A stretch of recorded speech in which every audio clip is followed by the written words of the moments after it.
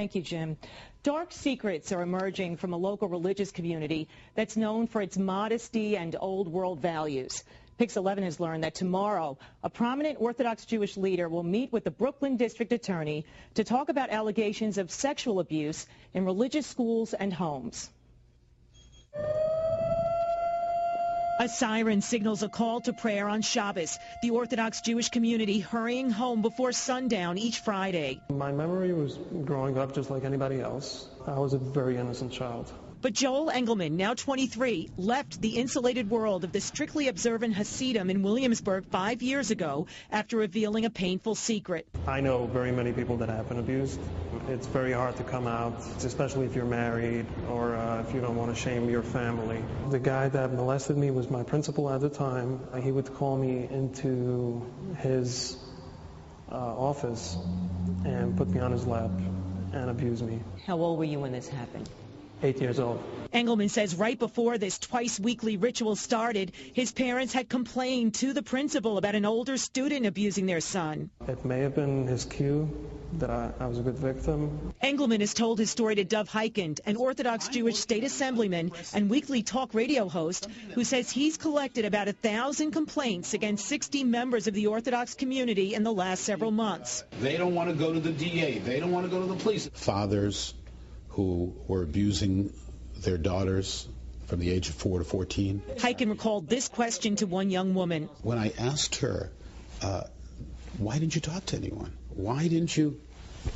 She said to me, I didn't know it was wrong. Sexual abuse in the Orthodox community only rarely becomes a police case. One of the most sensational involves Rabbi Avraham Mondrowitz, a former youth counselor seized in Jerusalem last year, more than 20 years after he fled felony sodomy charges in Brooklyn.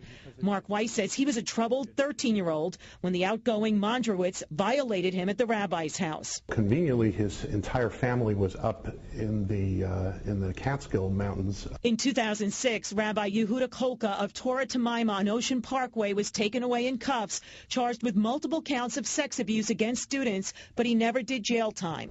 In April of this year, Rabbi Kolko made a deal with the Brooklyn DA's office. He would plead guilty to 2 lesser counts of child endangerment and get sentenced to 3 years probation.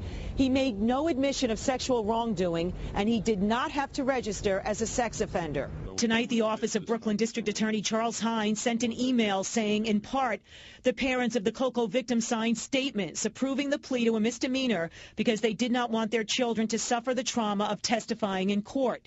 When we visited the yeshiva recently, an employee did not welcome our inquiries. They have no business doing this. This thing was thrown out of court. This is a smear campaign. Professor Marcy Hamilton of Cardozo Law School, who wrote a recent book on abused children, believes the politically powerful Orthodox community is reluctant to confront a pervasive problem that the Catholic Church was forced to deal with back in 2002 during its own priest sex abuse scandal. Insular religious communities are even more unlikely to bring in the authorities and therefore more unlikely to stop the vicious cycle of abuse. This afternoon, Rabbi David Niederman from the United Jewish Organization of Williamsburg agreed to speak with us and defended the yeshivas. When something happens, they're alerted to something, they act. And they investigate, and that's what they should do. But Joel Engelman says when he and his parents confronted the former principal in April this year, the United Talmudical Academy promised the rabbi would never teach children again.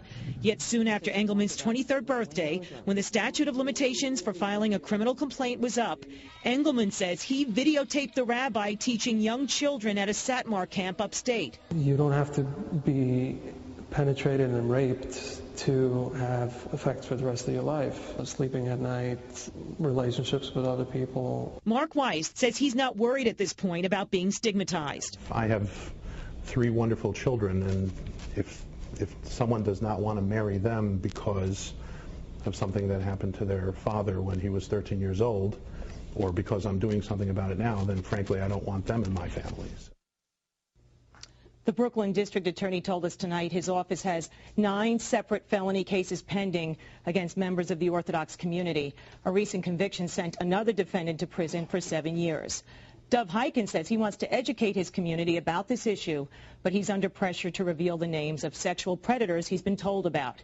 If you want information about Survivors for Justice, please go to our website to get the link at WPIX.com. Jim. All right, Mary. To Plaxico Burress.